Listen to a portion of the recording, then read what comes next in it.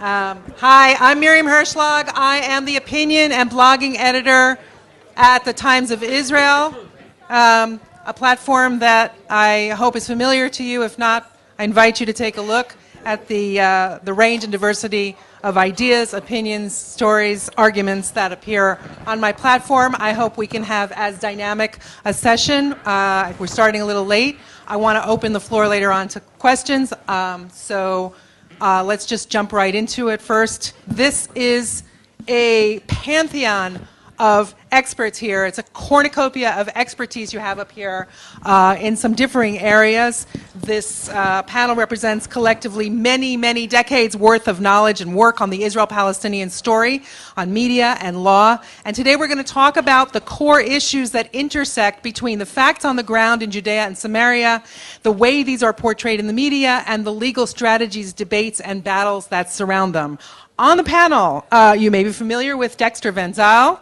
His work and writing and commentary will be familiar to anyone in Christian media. Dexter is the Christian media analyst for CAMRA, the Committee for Accuracy in Middle East Reporting.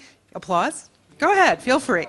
In the U.S., a media monitoring organization devoted to promoting accurate and balanced coverage. If you're not on their email list, get there as soon as you can. CAMRA fosters rigorous reporting while educating news consumers about Middle East issues and the role of the media. Professor Eugene Kantorovich, sitting right next to me, teaches at Northwestern University School of Law. He's a senior researcher at the Kohelet Policy Forum in Jerusalem, which strives to secure Israel's future as the nation-state of the Jewish people, to strengthen representative democracy and to broaden individual liberty and free market principles in Israel. Eugene specializes in constitutional international law. He's a leading expert on the legal issues in the Arab-Israeli conflict. He is the principal policy architect of the anti-BDS legislation. Khaled Abu Tomeh has been reporting on Israel and Palestinians for decades, born and raised here in the Arab town, Israeli town of Baqa al-Gharbiya, about 60 miles north of here. Khaled has published reporting and analysis in a list of publications and platforms too long to name here. He's a lecturer and documentary filmmaker. He's been a producer and consultant for NBC News since 1989. Abu Tomeh is a senior distinguished fellow at the Gatestone Institute. And Itamar Marcus is the founder and director of Palestinian Media Watch, which is an Israeli research institute that studies Palestinian society from a broad range of perspectives by monitoring, analyzing the Palestinian Authority through its media and school books. They're wrapping up their latest research on 2017 school books, and I know Itamar is going to give us a few words about their findings. Let's hear first a little, just so you get a better idea about what the panelists here are thinking about, are offering, what their agenda is. I'm going to ask each of you to speak as briefly as possible because we do want to jump into conversation and questions from the audience. Why don't we start, I'll kind of do it in order. Khaled, go ahead. Who are you? What are you thinking about? What are you writing today? What am I writing today? I mean, it's still too early to know. But look, each time I'm invited to talk about the media and all that, and the role of the media in covering this conflict, it takes me many years back. I've actually been working with the international media over here for the last 27 or 28 years, helping them cover what happens on the Palestinian side in the West Bank and Gaza. And I usually like to talk about my experiences over all these years, after having worked with hundreds of international journalists over here. And I always divide my career into two phases, two eras. The pre-Oslo era and the post-Oslo era. And what do I mean by that? Before the Oslo Accords, there was one government, one army, one police force in the West Bank and Gaza. There was one government called Israel. And all the reporting was focused on Israel. So most of the reporting that we used to do back then was about what Israel does and does not do in the West Bank and Gaza. So we were focusing actually on Israeli measures on the ground, or if you want, Israeli violations and all that. And I used to work back then with Swedish TV, Danish TV, and many other publications. I can tell you that during the time that I was reporting about Israeli violations and Israeli measures against Palestinians, I received something like 7 or 8 international awards. And I was a hero at the university campuses in the US, in Canada, and Australia, and everyone welcomed me, and I was offered many jobs all the time, simply because, I was, as far as the media is concerned, I was on the right side. Now, Oslo came, and, we got a new government in the West Bank and Gaza called the Palestinian Authority. And as a journalist, I thought, that it is my duty now to start reporting also about what is happening over there. And we saw human rights violations, and we saw financial corruption, and we saw many things that needed to be reported. And for me, that was a turning point in my relationship with the international media. Why? Because already in 1994, 1995, 1996, when I started telling many of my Western colleagues that there is corruption in the Palestinian Authority, there are abuses of human rights and things like that, the answers I got from many of my Western colleagues were, that's not the story we're looking for. What are you talking about? I mean, some of them even went as far as asking me, are you a Zionist agent? Are you on the payroll of the Jewish lobby? Others asked me, or told me, listen, maybe these stories are true, but we're not really interested. Just give us an anti-occupation story. Give us a story that reflects negatively on Israel, We don't want to hear these things. And that's when I became a bit disillusioned with, not a bit, but a lot, with my colleagues and the work that or the way the international media covers this conflict. And it gave me an idea about how, double standards and hypocrisy work. And I kept telling my colleagues, even until recently, but I still work with the international media, even though it's less now. But I keep telling my colleagues, look, it's not about being pro-Israel or pro-Palestine. It's about being pro the facts and the truth. And there's nothing wrong, anyway, with being pro-Israel at the same time. But what worries me is that many of the international journalists that I have worked with over the last 30 years, they come to this part of the world with this perception that there's a conflict going on in the Middle East, and in this conflict there are good guys and bad guys. The good guys are the poor, oppressed Palestinians, and the bad guys are the Israelis. And it's like, Khalid, please stop confusing us with the facts.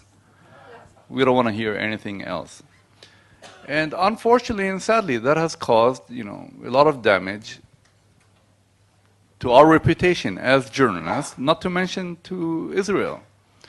Israel is not perfect. Israel has probably committed 200 mistakes, but I keep asking my colleagues, and what about the 13 mistakes on the other side? And they say, get out of here. We don't want to hear these things. In recent years, I would say that there's a slight improvement, thanks to thanks to the internet, thanks to media watchdogs such as Camera and others who are following, what is being reported and not reported in the international media. Today, fortunately for us, each one of you can be a journalist, a publisher, a columnist through Facebook, through Twitter. So you can have influence, you can take part in this discussion that is taking place. But, these are my experiences. One day, if I write a book, I'll share with you more about my experiences, and I would call it even my disappointment with mainstream media in the West that I worked with over all these years. We're going to discuss that further, and Dexter just give that. Again, my name's Dexter Van Zyl, and I'm the Christian media analyst for the Committee for Accuracy in Middle East Reporting in America. Camera was founded in the 1980s in response to bad coverage of the Israel's invasion of the Lebanon war.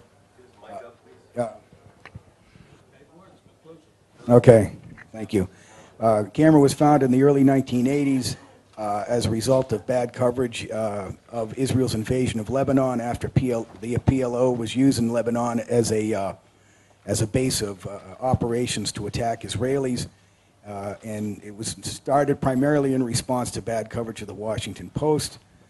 But as time has progressed, we've become, a very an international organization. We've got an office here in Jerusalem, and we deal with outlets such as CNN and the New York Times and other publications as well, like, for example, Haaretz.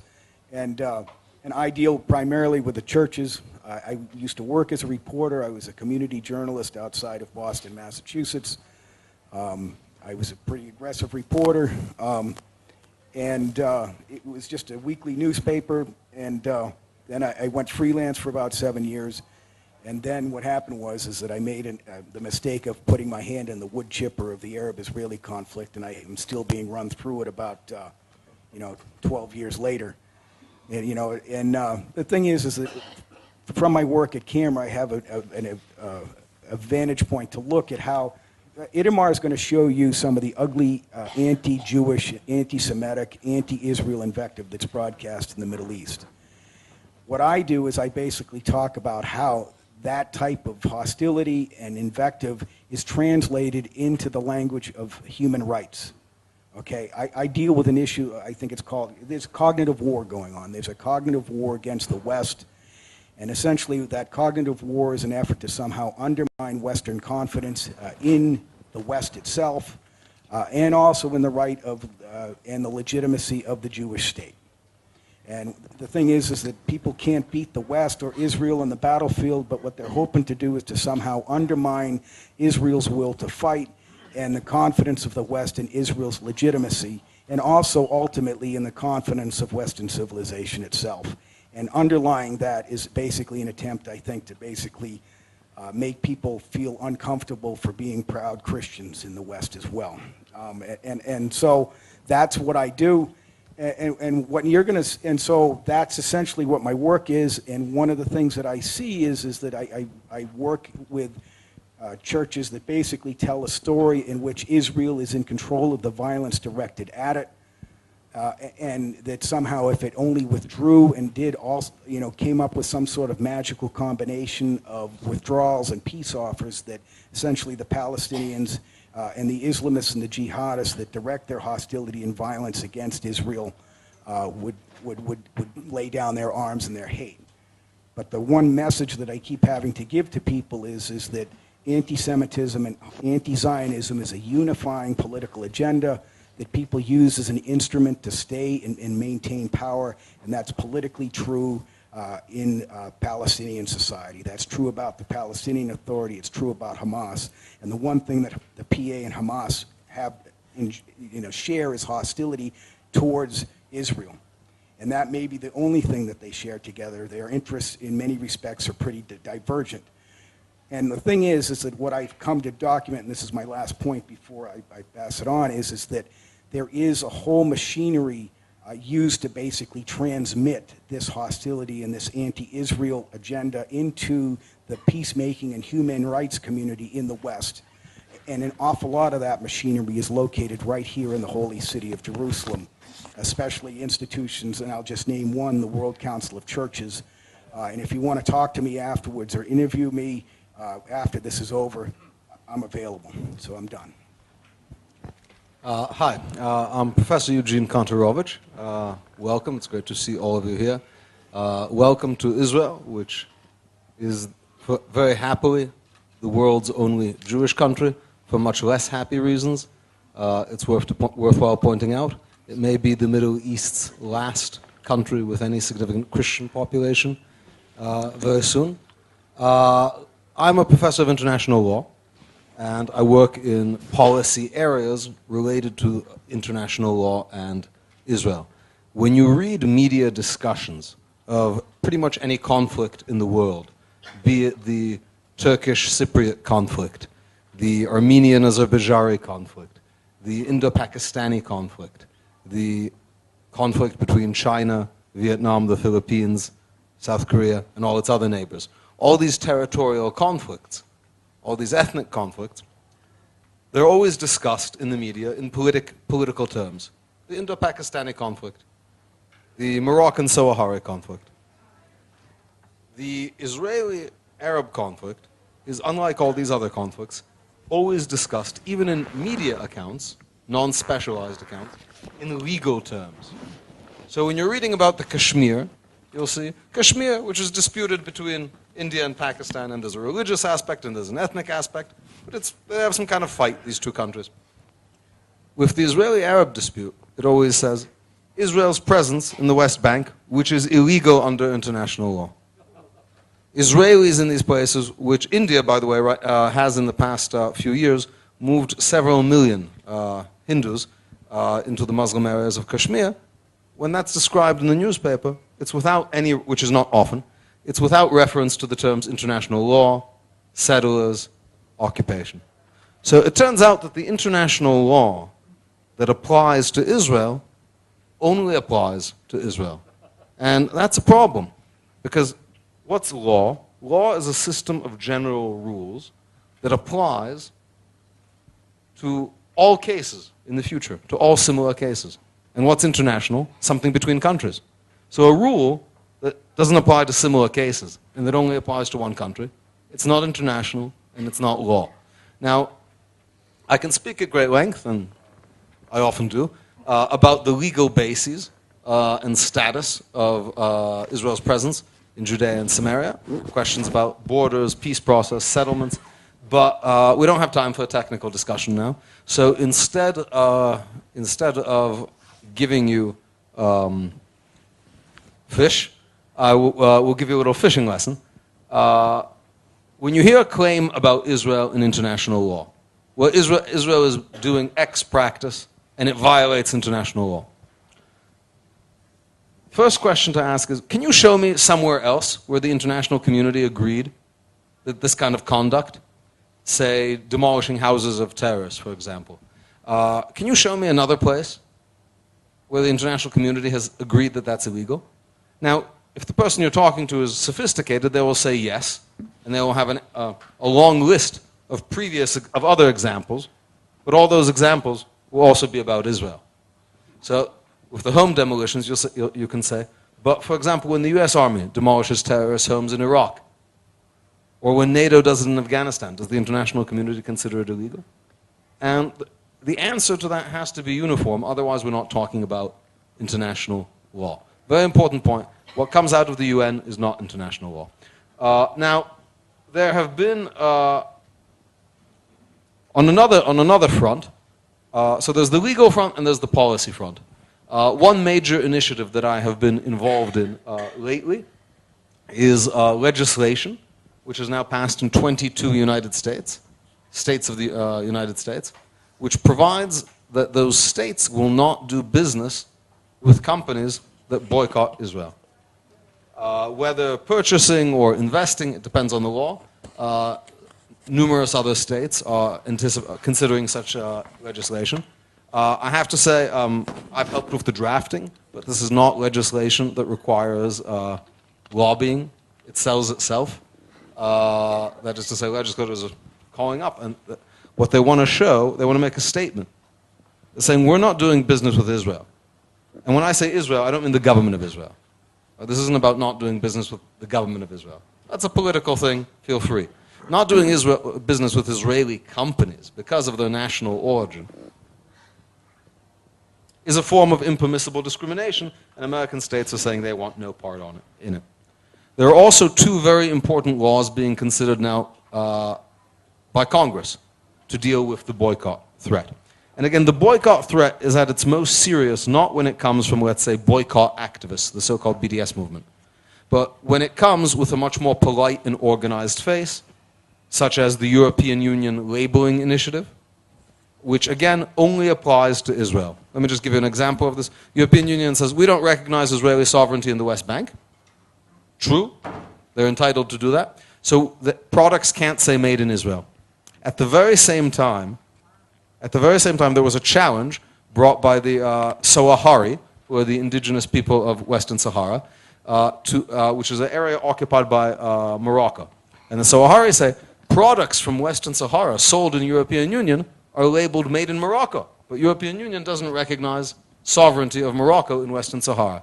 To which the European Union answer was, it's just about product labeling. Morocco can label it any way they want. Occupation, no occupation, doesn't matter. So exact same question, two totally different answers. That's the polite face of the boycott movement. A much more dangerous thing even, coming down the pipeline, is the blacklist of Israel-related companies that's going to be published by the United Nations Human Rights Council. This is a blacklist of companies that do business with Israel. Now, they call it a list of settler companies, settlement companies, but let me tell you some of the companies on the list. Coca-Cola, Caterpillar. These are companies with no physical presence across the Green Line. They're being boycotted for not boycotting Israel, essentially. And this is going to be published in the next few months. There's a very important bill in Congress called the Anti-Israel Boycott Act, which would do a lot to fight this. The Israel Anti-Boycott Act, which would do a lot to fight this. It has a wide range of sponsors, but it definitely needs some momentum.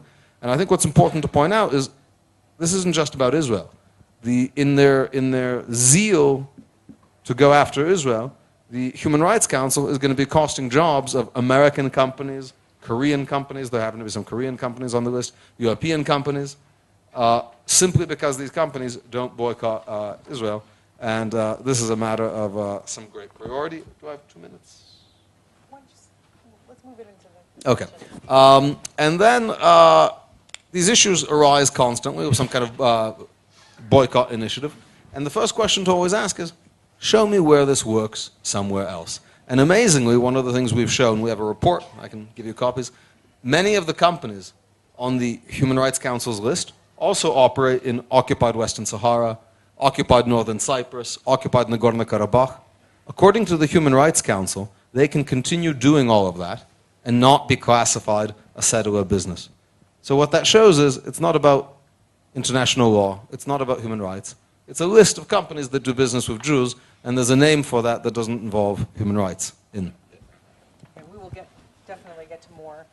So Itamar is going to show us a little bit of data on the research that Palestinian Media Watch, is doing on textbooks.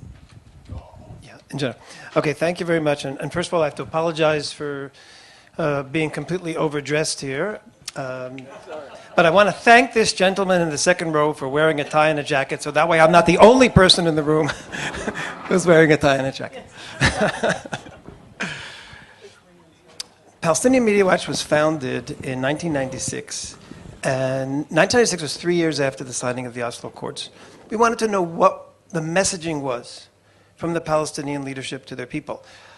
We named ourselves Palestinian Media Watch. We're not really watching the media. The media is for us a window into everything that's happening in Palestinian society, in the areas of sports, in the areas of culture, in the areas of education. And in addition to using the media as a window, we're using the school books as a media. What messages are the leadership of the Palestinian Authority giving to their people?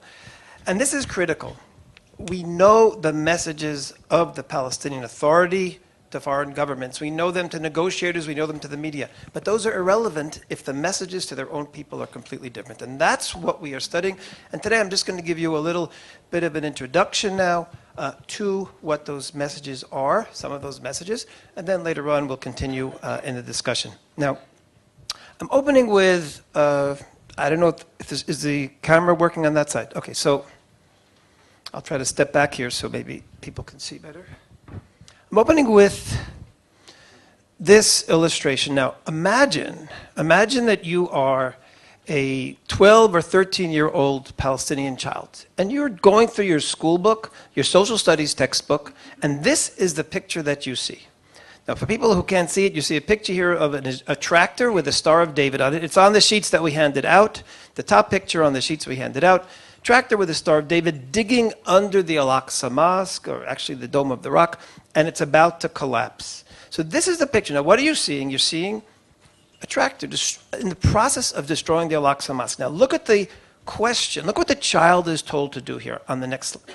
Think about and look at the following cartoon and write a paragraph about the message that the illustrator wants to convey. So what you have here is the child then has to sit down and think, yes, the illustrator was conveying here that Israel is destroying the Al-Aqsa Mosque. Now, how is a child supposed to respond to this kind of a message? The Al-Aqsa Mosque is the holiest site in the region for the Palestinian Authority. It's the holiest site for them. all of the conflicts that we've had, the violent conflicts with the Palestinian Authority that have left way over 1,000, probably 2,000 people killed, from what they called the Al-Aqsa Intifada in 2000, the terror campaign for 4 years, suicide bombers. 2014 November they started again. 2015 October they started again. All of these were because of the Al-Aqsa Mosque. So here we see this message is being given to children already in the school books. Now, what's the most incredible thing about this? It's a total lie. The Palestinian leadership, every senior person in the Palestinian Authority knows that Israel is not planning to destroy the Al-Aqsa Mosque.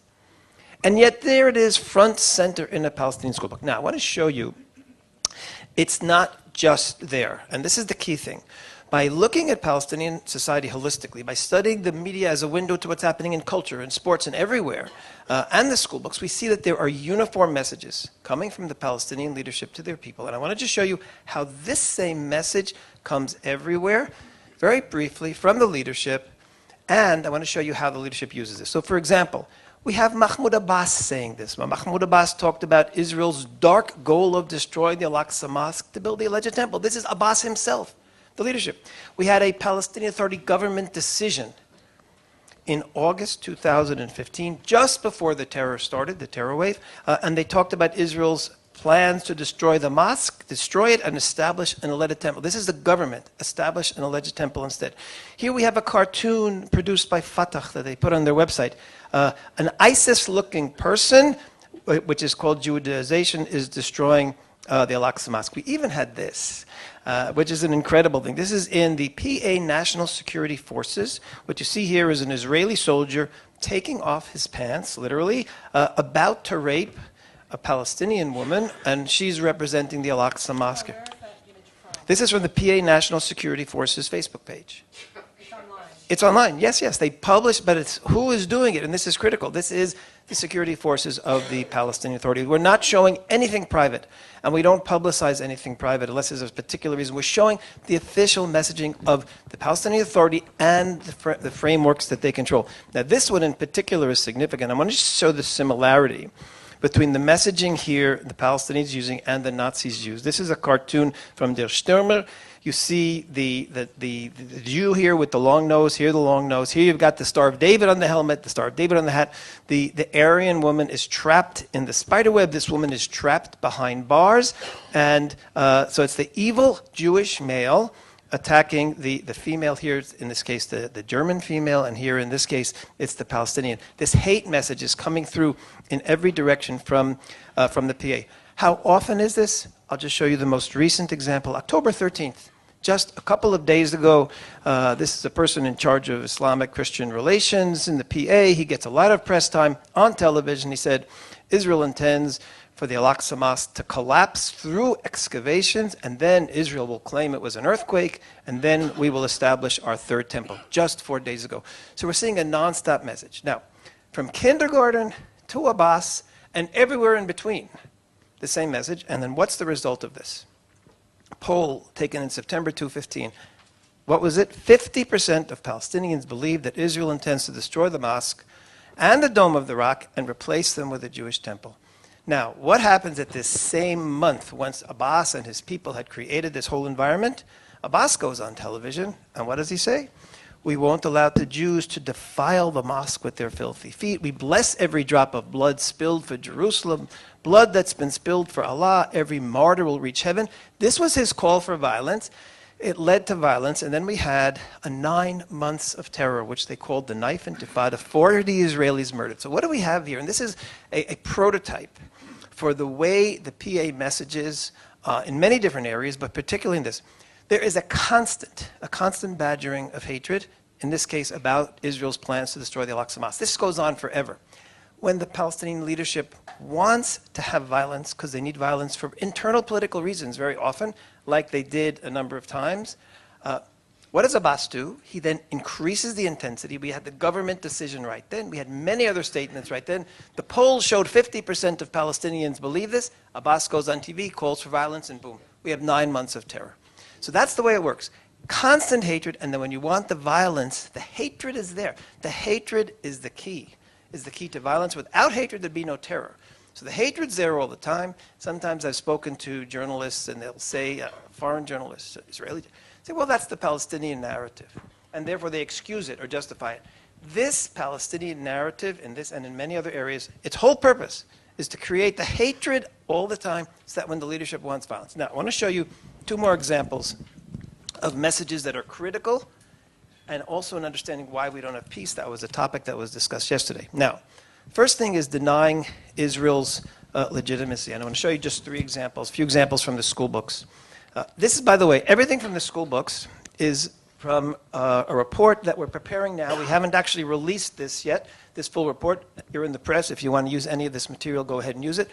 Anyone who wants to receive the full report, at the end we'll give you an address you can write to, so you'll be on our list, and you'll be able to sign up. You'll get the full report on Palestinian school books. In any case, I'm showing you things that we're just finding now as we're preparing this report. This is how they present Israel's creation in a new Palestinian school book just published essentially 2 months ago. The barbaric Zionist gangs who arrived from a foreign world invaded the land without permission while charged with hostility and hate toward the Arabs and Palestinians. So Israelis are barbaric Zionist gangs. And there are many examples like this in the school books.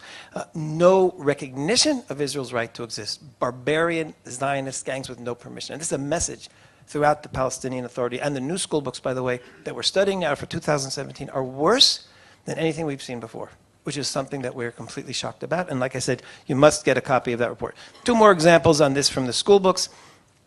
Exercise. Look at this map here. Of course, you see a picture. And again, it's on the pages that I handed out if you can't see the screen. Look at the following figure, draw conclusions, and then answer components of the state. This is a description of the Palestinian state, the Arab word dawla. It's not geographic. It's about the state. This is the message. And then in another book, they have the similar map as an outline, and they're told to draw their country. I color the map of my homeland with the colors of the Palestinian flag. So you're getting the message visually, but you're also actively drawing the colors of the Palestinian flag over the entire state of Israel. And of course, a very powerful message. Now, I want to show you again, showing you how these messages are coming from everywhere. This is a Palestinian Authority television program. It's called The Best Home, Beit Biyut. It's the most important children's program on PATV. Look how they present Jaffa, Haifa, Akko, and everything like you've seen in that school book.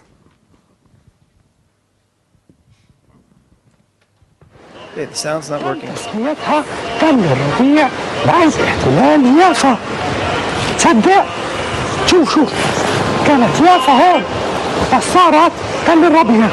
تيانية لك يا مروان، رحت على يافا وشفتها وانبسطت فيها. بس أصدقائي بحكي لكم يعني يافا أكيد مش يافا وبس، يافا وحيفا وعكا والناصرة وكل المدن الفلسطينية اللي احتلت بال 48 رح ترجع لنا بيوم أصدقائي. Jaffa, Haifa, Akko, everything occupied. The PA tells the international community we're only upset with the occupation. But every Palestinian child grows up with the message that there were two occupations. There was the fundamental occupation in 1948, and there was a second occupation in 1967. But everything in Israel is occupied, and as you hear, will return to us one day. This is the message. Now, the final item I want to touch on is all of this relates to this, why is there no peace? I want to just show you one more thing here. I've been focusing here on the hatred or the denial of Israel's legitimacy. Palestinian Authority goes way beyond this. They deny Jews' legitimacy, and they teach that Israel's illegitimacy is a function of it being a state of Jews who have no legitimacy. And I want to show you just one example of this, and I'll play this for you. This is critical because this is coming from the most important religious figure in the Palestinian Authority. His name is Mahmoud al-Abash. He was appointed by Abbas to be his personal advisor on Islam. He's also appointed by Abbas to be head of the Sharia courts, most important religious figure.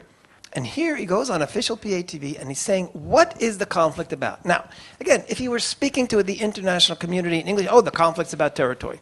But what does he tell his people this is about? And this is critical because this is what Palestinians are brought up on as well. Listen to this message. هذا الصراع المحتدم ها هنا في فلسطين بيننا وبين هذا الاحتلال المجرم صورة أخرى من صور الصراع التاريخي بين الحق والباطل، بين الخير والشر. على مدى التاريخ كان هناك صراع بين الخير والشر. الخير يمثله الأنبياء وأتباع الأنبياء، والشر يمثله الأبالسة وأتباع الأبالسة. الشياطين وأتباع الشياطين، ونحن ها هنا لسنا بدعا من الأمر. هو صراع بين حقيقتين، حقيقة الخير وحقيقة الشر، بين مشروعين، مشروع الرحمن ومشروع الشيطان. Okay, this is critical. The conflict is not new. It didn't start in 67. It didn't start in 48. It started essentially since the beginning of Islam. Islam has been in conflict with the Jews. Why? Because Jews represent falsehood, evil, the Satan and devil. The Satan and devil, and then he says, therefore, because Jews have represented throughout history, we're not inventing anything new here. Israel is not acceptable because it's Satan's project. Now, Satan in Islam is not just a slur, it's not just a...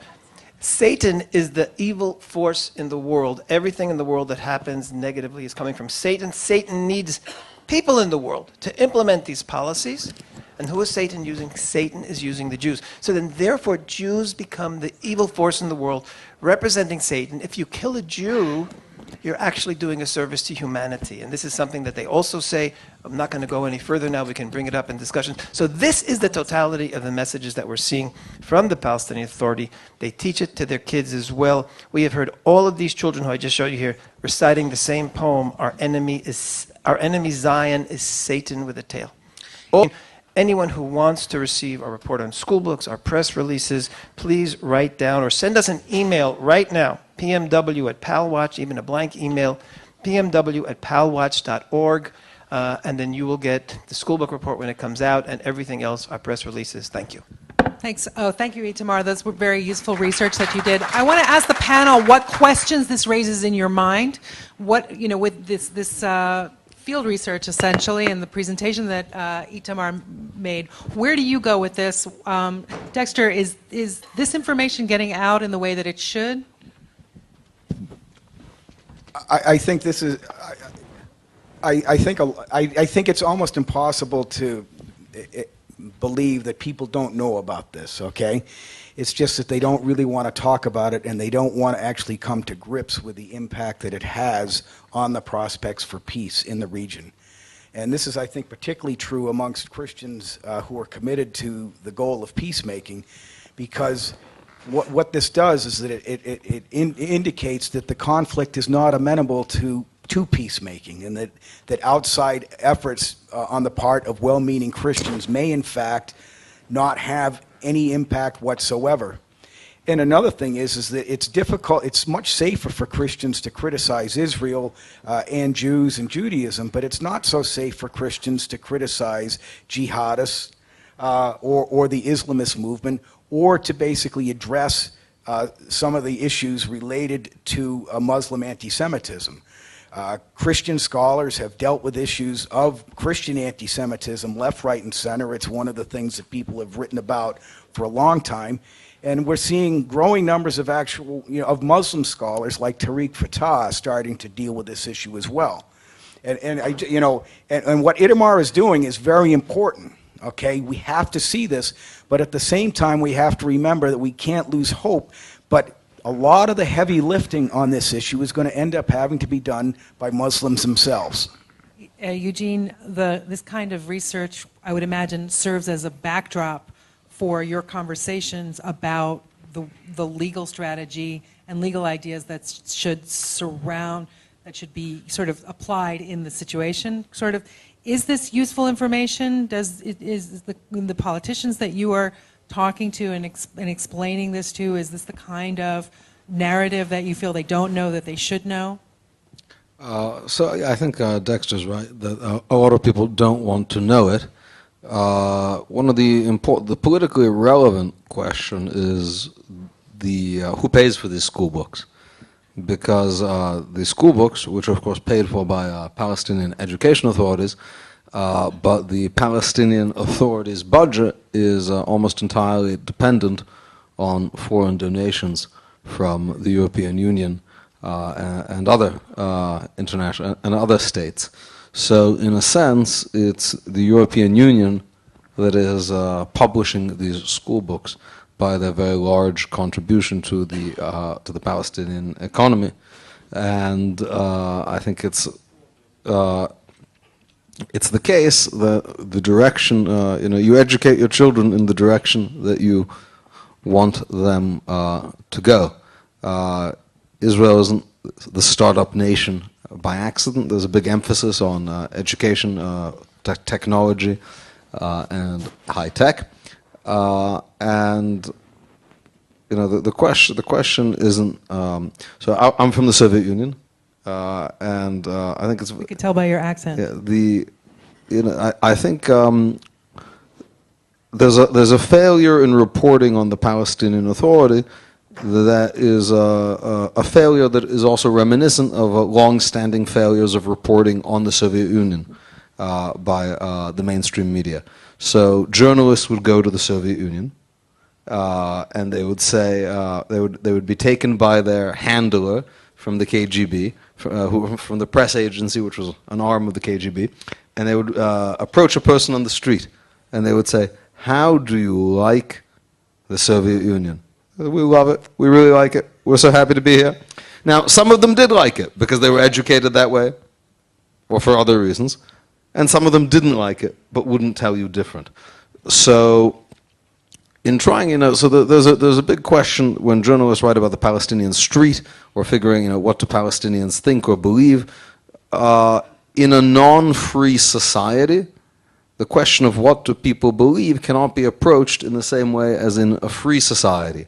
Because when there is not an open exchange of ideas, when you can go to jail for Facebook posts, then the question of belief is really quite different and much more delicate. That is to say, if you took an opinion poll in the last year of the Soviet Union, do you like the Communist Party? Most people would say yes. Either because they did, or because it was the only answer, or it was the only answer you could even imagine or think of. 2 years later, nobody likes the Communist Party. And we need to approach the nature of public opinion in a political entity that is not free and not democratic and has this kind of indoctrination, quite different from how we think of public opinion in the West. Khalid, are you able to provide us, I know you can, provide us with some depth on the kind of data we saw, simply why? Why is that the picture that we're getting from the research that Itamar has done, and what would you like people to look at when they look more closely at this situation? Well, when I see what Itamar is showing us, it doesn't surprise me because I see it every day, and I've been seeing it every day for the last 35 and 40 and 50 years. What worries me is the following, that these things have been there and they've always been there. And when I try to tell many of my Western colleagues about the bad rhetoric and the incitement and the radicalization, the indoctrination that is taking place in the Palestinian media and the Palestinian rhetoric, when I try to alert them to all these things, they thought, this is not a story. Some of them told me this sounds like right-wing Jewish propaganda. We don't want to report about these things. But why is this very important? When the second Intifada began, in the first week of October, I was in Ramallah when that lynching happened. And when I came, I'm talking about the lynching of the two Israelis who took a wrong turn. And when I came back to Jerusalem that day, many of my Israeli and Western colleagues phoned me and they said, "Khalid, we'd like to sit with you and can you meet us in downtown Jerusalem?" So I went there and they said, we want to ask you, what drives hundreds of Palestinians to take to the streets and murder the first two Jews they run into? What's going on over here? Where's the peace process? We thought, there's a peace process going on for 7 years. And I told them, listen, as we say in Hebrew, Boker Tov, where have you guys been? Good morning. Yeah, it's like this is the result of 7 years, since Oslo, of incitement, indoctrination. Had you guys paid attention to the incitement, to the indoctrination taking place in the Palestinian media, you would have seen that this is what it leads to. And, the feeling is that it just continues and continues and no one wants to pay attention to it. We would have been in a much better situation today had the international media back then reported about all these negative messages coming out of the Palestinian Authority. And these messages have always been there from day one, by the way. And I'm one of those who have been saying for a long time that, ironically, Palestinian anti-Israel incitement escalated after the Oslo Accords, because the Oslo Accords gave them the TV stations, the newspapers, and other media outlets that enabled them to, to relay all these bad messages, and no one wanted to pay attention to what was being said. That's a very important point. I remember before the Oslo, it was less. We didn't have this type of incitement. Now, what is this type of incitement doing? It has raised an entire generation on the glorification of suicide bombers, anti-Semitism, death to Israel, death to America. I don't have to watch Palestine TV to see how bad it is, because I travel in the West Bank and I go to Ramallah and I go to Bethlehem. Let's go now and stop a 12-year-old boy and ask him, what do you want to be when you grow up? What's he going to say? He's not going to say, I want to be a pilot and an engineer and a teacher. He wants to join Hamas and he wants to kill the Jews and all that. There hasn't been any effort by the Palestinian Authority to prepare Palestinians for peace with Israel. On the contrary, from day one, the Palestinian Authority has been radicalizing its people against Israel to a point where it has even become dangerous to talk about peace with Israel. Thanks, Khalid. Of course, I agree with everything that was said here, but I want to talk about, as much as it's not being reported enough, there has been a major, major change in the last couple of years with the international communities literally listening and responding to Palestinian Media Watch stories very quickly. And I'll just give you just a couple of examples to give you a sense. I'll give it in two areas. I'm going to give you two examples. First of all, we reported a number of years ago, 2011, we first reported that the Palestinian Authority is paying salaries to terrorists in prison. I traveled parliament to parliament throughout Europe. In fact, 2 months later, I already was in Congress, and I just recently found a newspaper article from the Jerusalem Post. I presented the findings in Congress. For years, the Palestinian Authority has been pressured by European parliaments that I visited and by the United States. And finally now, we have a Taylor Force Act, which is a direct result of this. And many, many European parliaments have actually cut off funding. We've had front-page stories in European newspapers about this. So a story that initially they were hesitant to respond to, now there's actually legislation, and this is going to change everything. I'll give you one more example. That 2 weeks ago, because we have an expert here on the Taylor Force Act and legislation like it. We'll get back to you. Can I just finish one thing? I have to give you one thing. The Taylor Force Act aims to stop American economic aid to the Palestinian Authority until the Taylor Force was an American tourist murdered in Tel Aviv by a knife during the knife intifada. About 2 years ago. The Taylor Force Act, named for him, aims to stop American economic aid to the Palestinian Authority until the PA changes its laws to cease paying stipends funneled through the Palestinian Authority's Martyrs Fund to individuals who commit acts of terrorism and to the families of deceased terrorists. It's great that you raised it, Itamar. Eugene, how's that legislation going right now? That legislation has come out of the Senate Foreign Relations Committee. It's going to get a vote, and it's almost certainly going to pass. I'd say the next step is to ensure that it actually gets implemented, because the legislation provides for cut-offs of certain U.S. funding to the Palestinian Authority, but the logic of the peace process has essentially made America and Israel a self-taken hostage of the Palestinian Authority.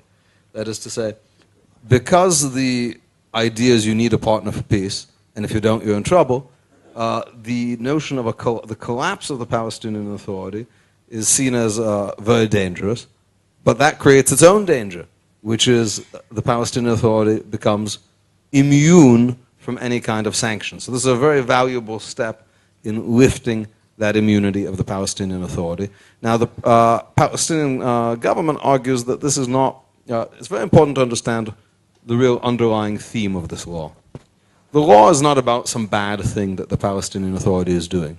The point of this law is that when you study the structure of these benefits, what the Palestinian Authority is doing is murder for hire. That is to say, if you say to someone, here's $10,000, go kill that guy for me, you're for sure guilty of murder. But as a legal matter, you're just as guilty if you say, should that guy get killed, whoever does it is going to get $10,000 later. Same thing. You're not just encouraging people to do bad things. You're guilty of murder. Now, the Palestinian Authority says that these are stipends because once the people are killed or go to jail, the terrorists, their family is without a provider. In 98% of the cases, the perpetrators of these attacks are not the primary breadwinners of their family, because they're usually quite young. So the notion that there's some family man, it happens, but the notion that there's some family man who goes on a stamping rampage doesn't happen. Like with all other crime, 18-year-olds. Moreover, the Palestinian Authority doesn't actually provide welfare payments for families of people who get killed or go to jail committing crimes that aren't against Jews. Right? I mean, because that would be crazy. They don't pay welfare stipends to the families of their own prisoners, for example. So this is clearly a paying terror. This is a murder for hire, and what needs to be understood is what that means. That means that the Palestinian Authority is a government which has a large-scale legalized system of murder for hire. And I think that Dexter's point about how it's perceived would, sort of the moral Christian question in this situation might be, why not support a standard of living in the Palestinian areas that will make the conditions riper for peace in any way that you can, sort of. I think I can see how that perspective might be reflected in your readers, in the readers that you address. That well, whichever way we can bring up people's standard of living, give them some grace in life, give them some benefits, that's probably going to redound to better conditions for peace.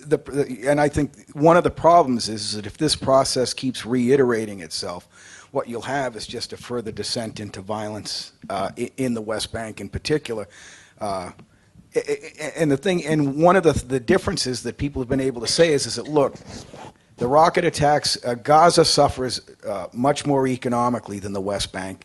And one of the reasons why is because they periodically fire rockets into Israel, and that doesn't happen from the West Bank, so their standard of living is higher. And I think that the role or one of the things is that ultimately long term is that if you really want to make a sustaining Palestinian economy, one of the things you want to do is you want to basically confront the hatred against Israel so that Palestinians can actually go back to work inside of Israel. Prior to the Second Intifada, huge numbers of Palestinians worked in Israel. They made more money than they would have in the in the West Bank, and that would be ultimately the way to increase the standard of living. And you can either have a good economy, or you can maintain your country, or your not your country, but your people in a war footing with your neighbors, but you can't do both. And reasonable, honorable, and devout Christians can present that choice to the Palestinians. And I'd like to open up the floor, actually. This is a great opportunity for people those of you who are going to, whether you are formally trying to write articles or tell the story, this is an opportunity for you to shape your questions or shape your ideas. This gentleman over here, what's your question? Yes. And could you just say who you are? David Parsons. In shaping this panel, I think one of the things we were trying to do is give the Christian... In shaping this panel, one of the things we were trying to do is give the Christian media from abroad good examples of excellent resources they can turn to report about Israel, the conflict, many other things. And I want to ask our panelists to sort of take a back seat for yourself. You've talked about what you do, but to also offer them someone else in your area, like media monitoring, lawfare, media monitoring, others that you think are good, reliable resources for them to also take advantage of. And Khalid, especially for you, what other Arabic media out there do you consider fair? It doesn't matter if they're presenting Israel in a light, if it's deserved and fair. Who else besides yourself? You're still with Gatestone, and okay, and try and give us some other examples of resources think tanks, institutes. Media resources. Well, Palestinian Media Watch and the Middle East Media Research Institute are basically the premier place to go to find out what Palestinians and Arab elites are saying. And the story is not all bad. There are some reformers that you will see highlighted. I don't know about Palestinian Media Watch, but if you go to the Middle East Media Research Institute, you will see comments from some reformers in the Middle East. And I think that's important. And I guess I'm going to have to tell you that I think as far as media monitoring, CAMERA is the premier organization because we have the most in-depth. And I just can't get off that dime. I'm sorry, David. In terms of United Nations-related issues, UN Watch, run by Hillel Neuer, is fantastic. In terms of international law issues and political diplomacy, the Jerusalem Center for Public Affairs is a very important organization. In terms of other international legal experts, my colleague Professor Avi Bell at San Diego, University of San Diego in Bar-Ilan is great. So thank God, lots of great people. Well, I always say that if you want to learn a lot about what's happening on the Palestinian side, you can start by reading my stories. Or you can follow me on Twitter or Facebook. I'm guessing that's true for all the Palestinians. No, but I mean, seriously, there's a very serious problem because people tell me, oh, you're very brave, you're very... I say, well, why am I brave? Just because I'm reporting what's happening, what others don't want to report, that does not make me brave. We have a problem that many of my Arab colleagues do not want to report about anything that reflects negatively on the Palestinian Authority or Hamas. And we all know that the international media relies heavily on Palestinian and Arab and other producers over here. And they are the ones who are preventing that information from going out to the international media. I'm unique in this case because I don't care. I write about the Palestinian Authority, corruption, I write about abuses of human rights, I write about Hamas. And the reason I can write about them is because I live in Israel. If I were living over there, I mean, I would think 10 times before I write. But I always advise international journalists who come here to be aware of who they hire to take them there and to translate for them. Excuse me, you can't hire a PLO activist as your producer and rely on his or her reporting. You need to be also, you know, a bit careful. But at the end of the day, I always advise people, don't rely on 1 or 2 or 3 sources when it comes to the Middle East. There is more than one way of telling a story over here. People have different agendas. The question you need to ask yourselves every morning is, who wakes up and decides what the story is? That's where it all starts. I mean, I'm a journalist and I'm supposed to do a story today. I'm supposed to file by tonight. What do I report about? I can drive to the Kalandia checkpoint, interview 3 Palestinians who will tell me about Palestinian suffering and how awful it is to live under Israel, and I can come out with a nice 800-word story. Or I can go to Ramallah and interview 3 Palestinians who were just released from prison after being tortured by the Palestinian Authority.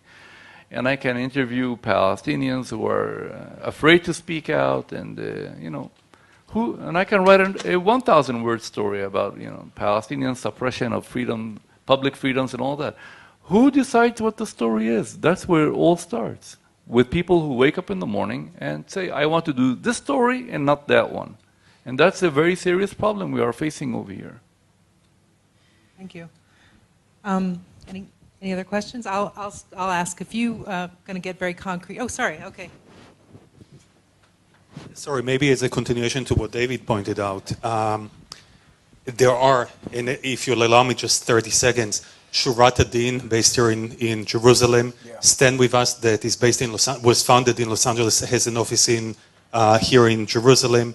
The Israel Project, the Middle East Forum, the investigative project on journalism, Honest Reporting. Incidentally, we're supporters of CAMERA, but Honest Reporting, based here in Jerusalem, does phenomenal work. And because it is a Christian summit, proclaiming justice to the nations. Professor Eugene mentioned the legislation in the United States was initiated by the first and foremost. It's a lady, it's a Christian lady that heads, she started with amending textbooks or in Tennessee. So there are a lot of resources, and most of all, seated in the first row is a person who issues every day, part of the government press office that is hosting us here, media coverage. And I would suggest everyone, it doesn't cost money, and Ephraim and Nitzan, his boss, really will welcome us to be on their mailing list. It is extremely informative. Thank you. We're talking. We've been discussing a lot about getting the media to cover the story. One of the things that we've been noticing is that very often we're getting governments to respond more quickly than the media. And I'll give you an interesting example. 3 weeks ago, we released a story that we documented that there are 31 Palestinian schools that the Palestinian Authority named after terrorists. Another 3 named after Nazi collaborators, and another 40 or so named after martyrs in general. We pointed out that one of these schools was built by Belgium, named for Dalal Mughrabi. Dalal Mughrabi is a terrorist who hijacked a bus with other terrorists. 37 Israelis were killed, the most lethal attack in Israel's history. And there are 5 schools named after Dalal Mughrabi. One of them has a big sign on the school with the flag of Belgium. So we released this story to the press. The press didn't pick it up, but we also sent it to Belgium. Well, the Belgian government, about a week later, cut off all their funding to Palestinian Authority Ministry of Education. They have a program to build 10 schools in the next few years. And once Belgium then froze all of this funding, then AP picked up the story and everybody else picked up the story, so that the governments are acting. We had a similar example just a few months ago where Norway and the UN had funded a community center, which the Palestinian Authority also named after Dalal Mughrabi. Within hours, literally 6 hours after we released that story, the Norwegian foreign minister demanded their money back, and the UN later that day demanded their money back. Denmark a week later demanded the money. They all condemned it. So we have countries here that aren't usually sympathetic to Israel, but when they get a story and they get facts that are actually that they can't ignore, they respond. And all of those then became media stories after the government responded. So we're having something that's very interesting here. Governments are responding very often more quickly than the media, and they're actually leading the media.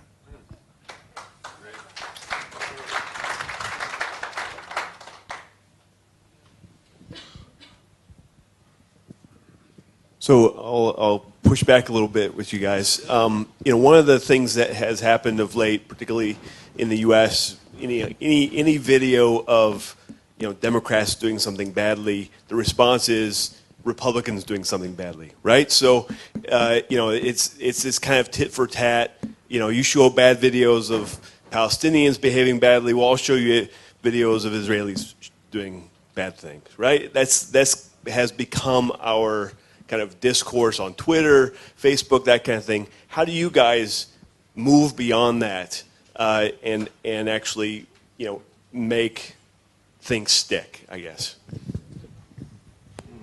Are you asking how to move past propaganda? I just want to understand. I think I know what you're saying. The other side tries to create a symmetry. Right. That's exactly what. The response from the churches that are against Israel is, well, Israel does bad things too, right? Like they'll say, yeah, that sucks, but Israel did this, right? And in an effort to basically like neutralize the argument. Okay, I'll just tell you what I used. Basically, when people try to create a symmetry, I say a few things. First of all, there is no symmetry. I want you to give me concrete examples. Then I'll point out, I'd say, if Israel does bad things, I'll say, you know what, there are very serious, real issues. There are issues like borders, there are issues of water, there are issues that have to really be debated. And if they want to criticize Israel for some behavior, that's legitimate. Why are they creating all these false stories to create hatred? Why are they saying Israel's destroying the Al-Aqsa Mosque? Why are they saying Israel's doing medical experiments like the Nazis on prisoners? And et cetera, et cetera, et cetera. In other words, they're creating a false reality, and based on that false reality, there's hatred. So that's basically the issue. And there is no symmetry at all on this side. And if you think there is, I would like to see an example, and people keep quiet. Yeah, one of the interesting things about this is that I will challenge and I say, okay, we know that Israelis do bad things, but what's your source of information about that? And usually it has something to do with Israeli civil society, like Mascom Watch, B'Tselem, and I have great concerns with some of the information that's provided by those institutions. But basically what we look at is that Israel is a self-critical democracy. And essentially what happens is that Israelis amongst themselves criticize their own country. And what happens is outsiders will grab that information and then somehow try to create a false symmetry. If you try to get, I've gone on 3 Christ at the Checkpoint conferences where I've heard Christian pastors basically give the Palestinian line and declare, Zionism a racist movement. And the thing is that if you think that they are offer up the same level of criticism of the Palestinian Authority or Hamas, that's simply not the case. So what happens is that we have these captive mouthpieces from Palestinian society that offer up and use Jewish self-criticism as a weapon against the Jewish state without being able to speak the truth about their own societies.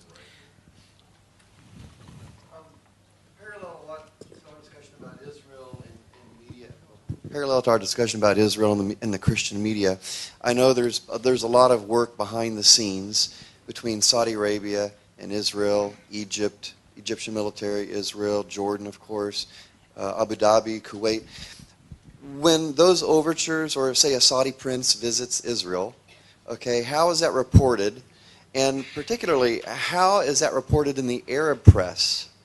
Because I think the more those types of cooperation are public, the more isolated the PLO, the Palestine movement, becomes, because that issue begins to be taken away, as a point of conflict for Saudi Arabia. Your questions about the Arabic press? Yeah, and how they're covering the more frequent overtures between Arab nations and Israel.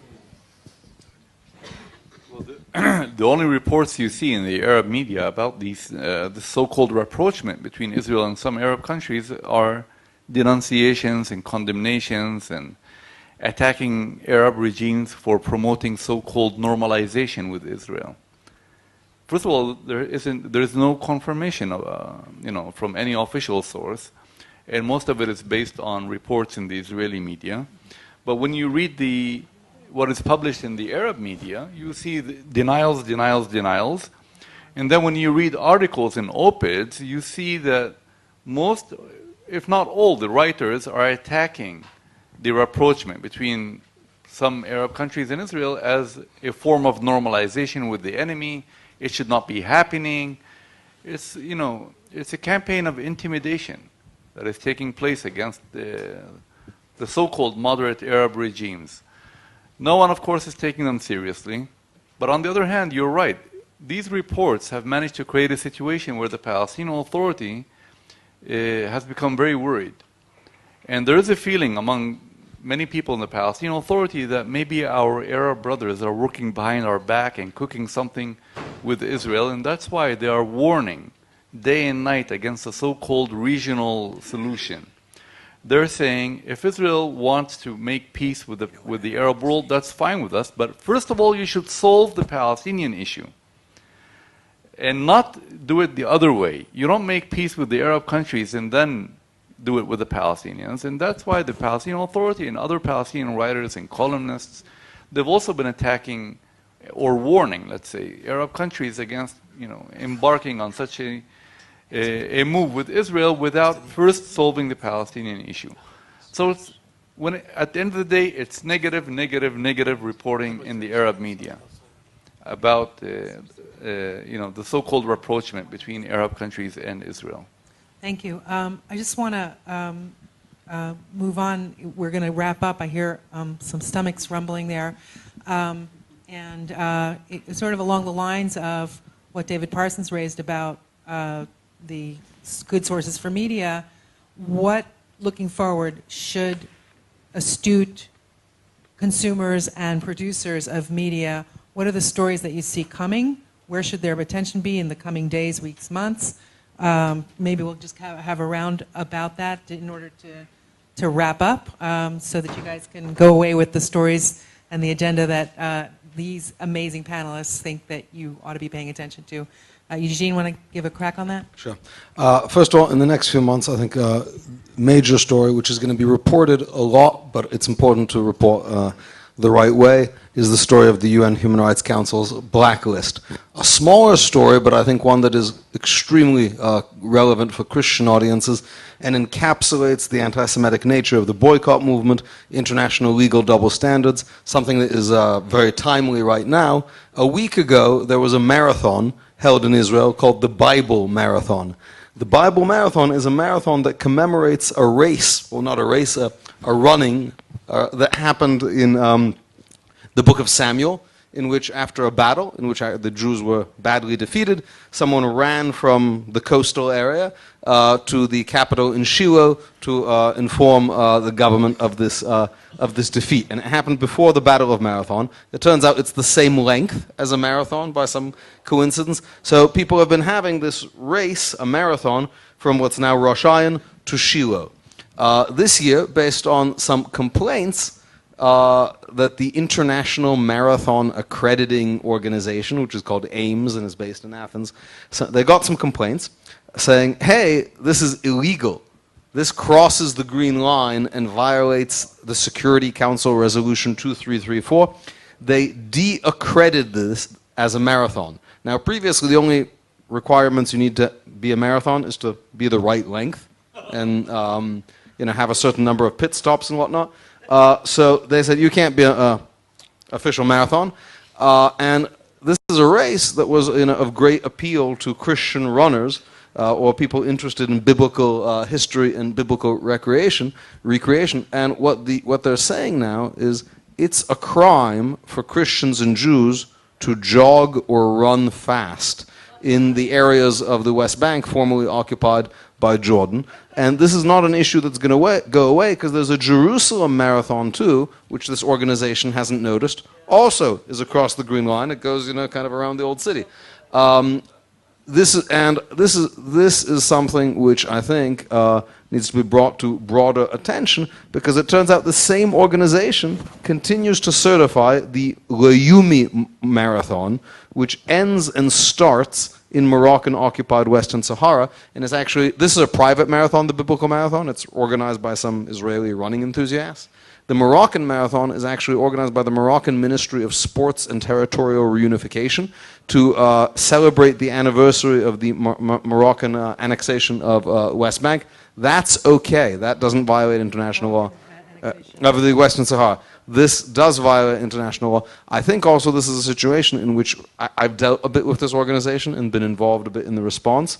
I believe they don't want media scrutiny, and media scrutiny is the kind of thing that makes them very uncomfortable. That's great. One of the things that I would encourage people to pay attention to is there's a writer in Egypt by the name of Ibrahim Issa, who wrote a book called The Televangelist, and I wrote an article about this. And he also has written another book. I think the title is called The Bloody Trip. He's a reformer in Egypt, and he looks to me like he might actually be akin to, Alexander Solzhenitsyn in the Middle East. And if you read The Televangelist, it tells the story of basically a Muslim scholar who is coming to grips with some of the tougher aspects of his religion. And it's a profoundly important book. And one of the reasons why it's important for Christian journalists to write about this is because he needs global attention. Thank you. Well, I would say that, we need to pay attention more to what is really happening on the Palestinian side, especially these days, in light of all these reports about reconciliation, whether it's between Fatah and Hamas, whether it's good or bad. There's an attempt to whitewash it, to make it look as if it's something positive, as if this is good for the peace process, as if Hamas has become moderate and pragmatic, and I don't know what. We need to fight these misconceptions in the media, and take it and look very closely at what Hamas is saying, and look at what Palestinians or the Palestinian Authority itself is saying, I always tell people, if you really want to understand Palestinian society and what is really happening in the Palestinian areas, you need to listen to what these people say in Arabic and not in English. Because what is being said in Arabic is almost the exact opposite. And there are many things that we need to pay attention to what's happening over there. I don't know what's going to happen in the next few weeks. I don't even know what's going to happen after 15 minutes over there. But there are interesting things happening over there that we need to pay attention to. The media does not want to report about them because as far as many Western journalists are concerned, you know, the approval of 23 apartments in a suburb of Jerusalem is much more important than what is happening on the Palestinian side. So we need to find ways, you know, to pay attention to what is happening on the Palestinians, the so-called unity, what's going to happen now with Abu Mazen. There are many questions, and there's a lot of uncertainty over there. If anyone tells you that they really know where we are headed, don't believe them. Okay, now I will... Anyone can monitor the Arab media now on Twitter. You can follow what their messaging is, and because of the translation tool, it just takes a minute. You click on it, you find out what they're saying, and their tweets are relentless. Okay, let me There's an endless stream of them. Let me just continue for what Khalid. Khalid said the only way to know what the Palestinians are really doing is to follow when they're in Arabic. And that's, of course, what Palestinian Media Watch does. Any story that you're doing on the Palestinian Authority, you should first check our website, because if you call the Palestinian Authority representative wherever you happen to be, you're finding out what he wants you to know. Whereas if you go to our website, you'll find out what they're really telling their own people. And that's why it's critical. In addition to so you can sign up to get our press releases. It's critical. There's a lot more material on our website. Beyond that, there are special in-depth reports like the ones that we did on the names of schools. The school books are coming up. We're about to release very shortly a report, an analysis of 6 months. 6 months of messaging in the PA, which we're submitting to the UN. It's a very, very important report. So make sure you sign up. In addition, Chris Mitchell earlier gave a good plug for our book, Deception. So called up the office and we brought over about 50 copies. So on your way out by the door, both doors, there's a box you can get copies of Deception, which will give you a great sense of what's happening in the PA world. Thank you. Okay, I want to thank the panelists. Thank you guys for holding out, and have a great day.